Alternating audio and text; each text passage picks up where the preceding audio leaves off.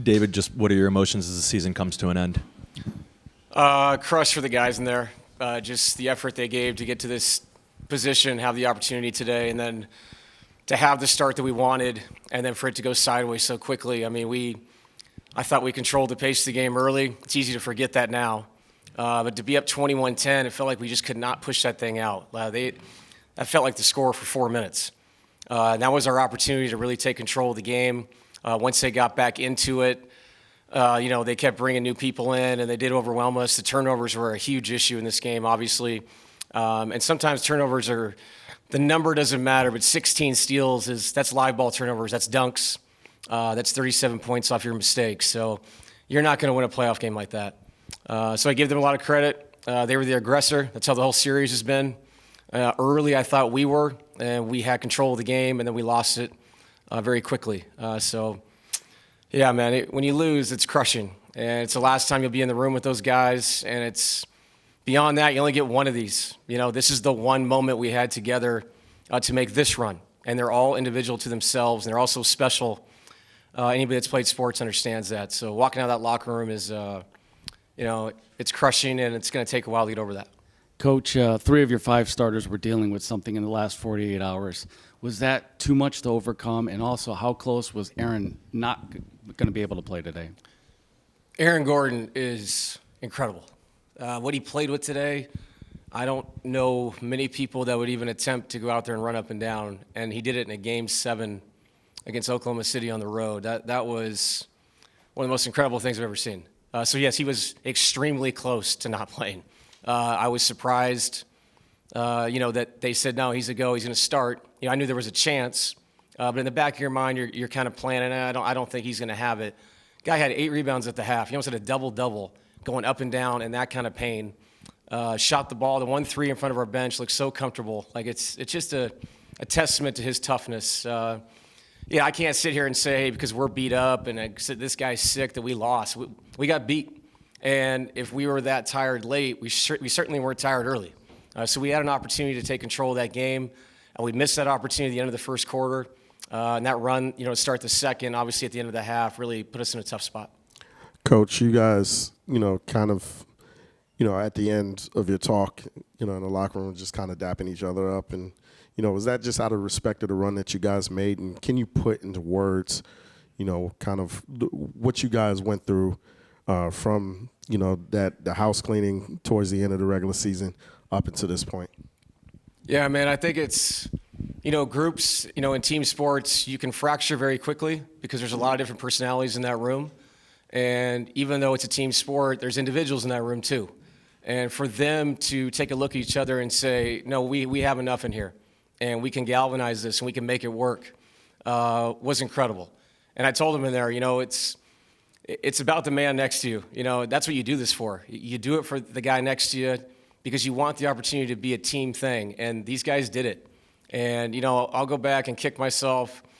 Game 4 and 5 of this series, those are just as crushing as tonight because we had legitimate opportunities to completely control the series, but we just didn't follow through with that. But yeah, it's a testament to the people in there. It really is. It's not about one person. It's about the whole group staying together, believing that they could make something happen through injuries, up and downs, new faces, new people, new jobs, delegation, all the narrative, all that stuff.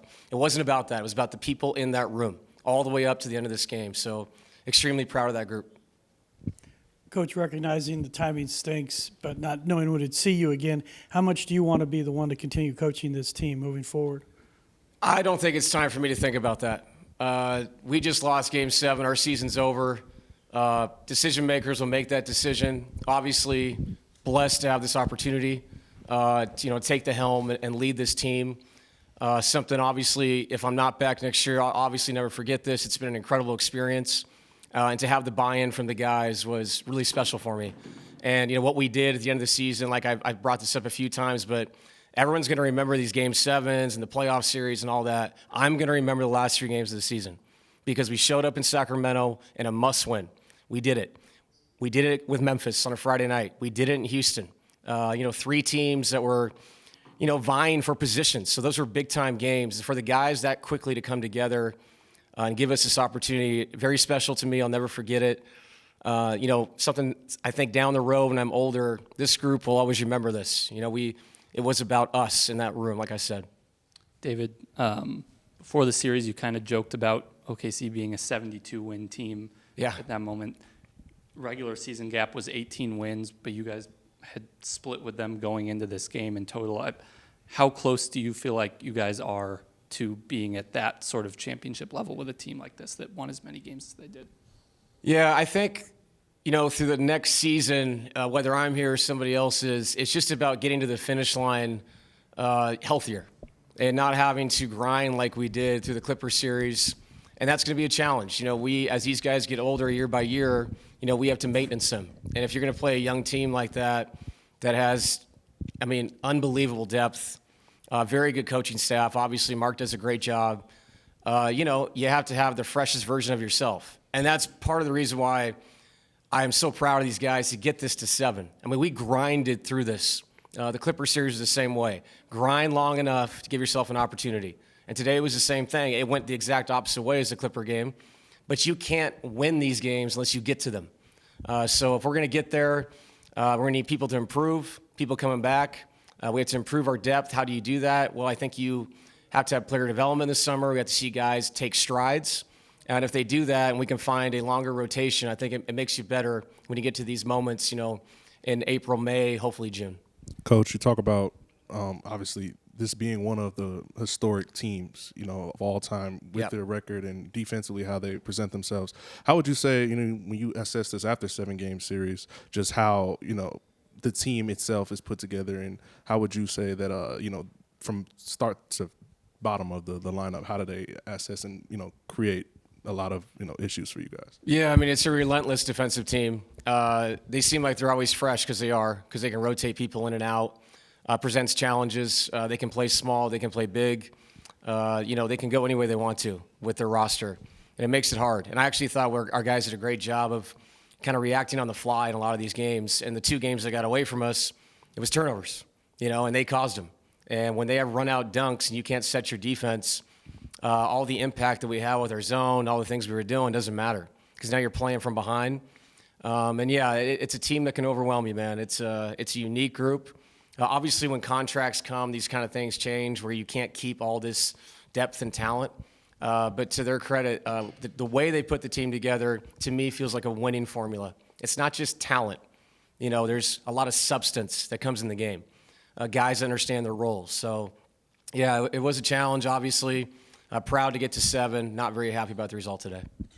You mentioned them playing small, Caruso a lot on Joker Day. What impact do you think that adjustment had, and just Caruso in general, the fingerprints he had on this game? Yeah, he was great. He fronted him. They brought multiple defenders over. It was a game where we had to make 18 threes. I really mean it. They had everybody in the paint. We created really good shots. Shots didn't fall tonight. Sometimes when Nikola doesn't get an assist or score, the fact that he's got 3 people around him means somebody's open. And we just didn't have a night where guys made shots. And then I thought as shots didn't fall, guys started to turn down shots. And if you do that, you're driving the ball back into an historic defense. That leads to 16 steals, runouts, and a blowout. Alex did a great job. Like I said, I talk about substance. That's what he is. He's a player that the stat sheet doesn't matter. He impacts winning. David, you kind of made reference to it, but how healthy was Jamal? Because we didn't even think to ask you in pregame, and you mentioned Aaron Gordon's hamstring and then a guy being sick. How effective was he? How healthy was he? He was sick. There's no excuses. Jamal won't make excuses for it. He's been run down the last couple games, but he played well in Game 6. He found a way. You give them credit. They got into us. They pushed us off our spots. We played too high on the floor. I would try to help him out, trying to knock people off to get him free. I thought he had some good looks in the third quarter, didn't fall. And the same thing for Mike. Mike's going through it. But the bottom line is they were going through it yesterday, too. They were going through it in Game 6. So there's no excuses up here. We had a chance. We came in. We had a great start.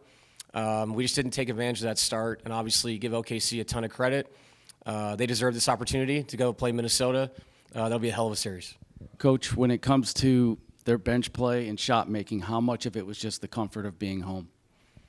I think it matters. It just seems like over the course of time in the NBA playoffs, that is always the case, especially for young guys that are role players. I don't think it's the case for veteran, teams. But today, we have a lot of veterans. We didn't shoot the ball well. But yeah, you give them a lot of credit. And on the flip side, we're zoning and we're making the ball find people. And those people made enough shots, to really extend the game. And like I said, the turnovers were just a disaster for us. We just didn't take care of it. But yeah, there's a lot to think about right now.